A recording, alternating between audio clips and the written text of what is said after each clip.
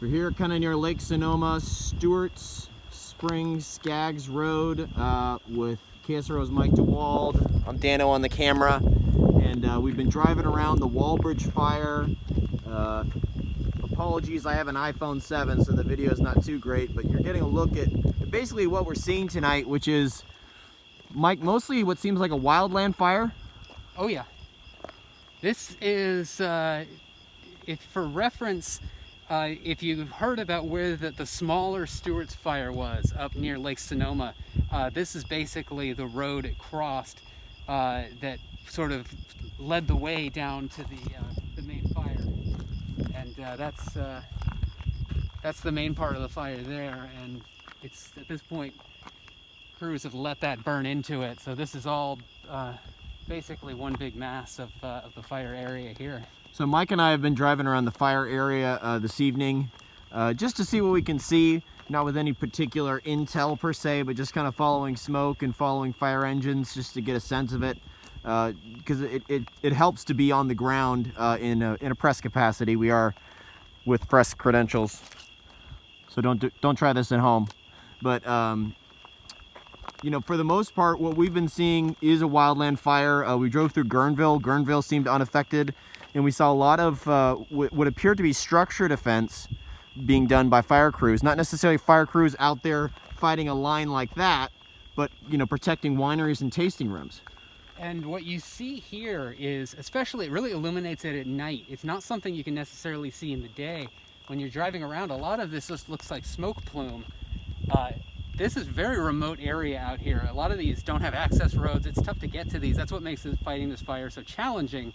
But at the same time, it's a positive that there aren't going to be many houses, there's not structures, there's not people living in what you're seeing right here. So that, in a sense, that's a positive. And as we drove further down this road here, we did see Lake Sonoma proper, and we saw down several hillsides fire coming completely down the hillside, completely up to the water level. We got up to one area with some pretty active flame up to, you know, right up here to the guardrail, and we decided to turn around. Just because our families like us. That was a pretty good indicator of, when you look at that, it's very calm, it's very kind of stagnant burning fire. Down this road about a half mile or so, we come across a larger kind of burning tree and some pretty good blowing wind coming through, almost like a valley. And you get the sense of how quickly these things can change. That's how it jumps a road. That's how embers cast and make this fire bigger. And when you see that actually happen, you realize how unpredictable behavior these fires have, and hence why we're a half mile away now. I do want to make the point, I think, that if you're in Sonoma County right now, in Sonoma County proper, I don't want to say that this isn't a big deal, because this is a very serious situation.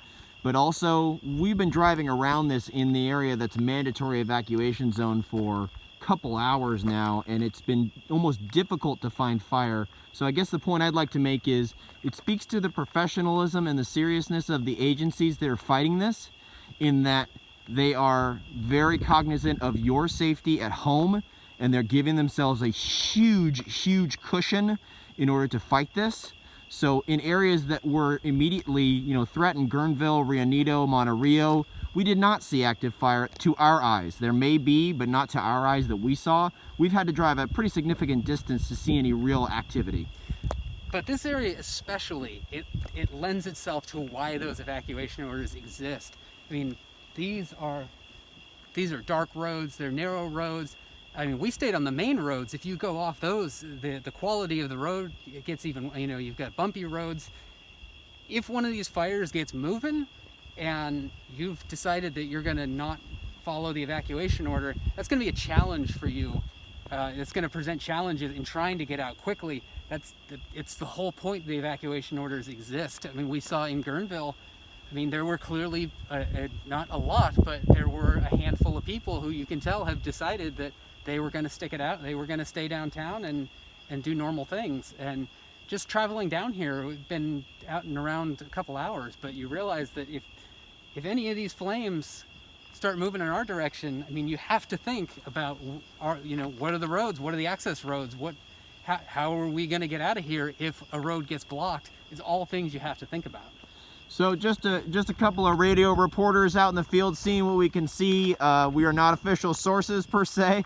We're seeing and reporting with our eyes what we are experiencing. You want to listen to your officials, your CAL FIRE, your Nixle Alert, Sonoma County Sheriff, follow their instructions. But if you're trying to get a sense for what's happening, this is what we've seen tonight.